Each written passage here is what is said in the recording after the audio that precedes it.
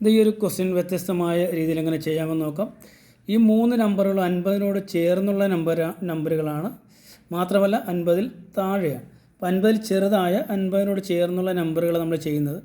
ഇത് 3 അല്ലേ, ഈ 10-ൽ നിന്നും 3 കുറയ്ക്കുക. 10-ൽ നിന്നും 3 കുറച്ചാൽ 7 അല്ലേ. 7ൻ്റെ സ്ക്വയർ എന്ന് പറയുന്നത് 49. അത് നമ്മളിവിടെ എഴുതുന്നു. ഇത് 50നോട് ചേർന്നുള്ള നമ്പറാണ് നമ്മൾ പറഞ്ഞല്ലോ. 50ൻ്റെ പകുതി 25 അല്ലേ, 25. ഇനി ഇത് 50-ൽ നിന്ന് എത്ര കുറവാണ്? 7 കുറവല്ലേ. അപ്പോൾ 25-ൽ നിന്നും 7 കുറച്ചാൽ നമുക്ക് എത്ര കിട്ടും? 18 കിട്ടും. ഇതാണ് നമ്മുടെ ആൻസർ. രണ്ടാമത്തെ ക്വസ്റ്റ്യൻ നോക്കിയാലോ.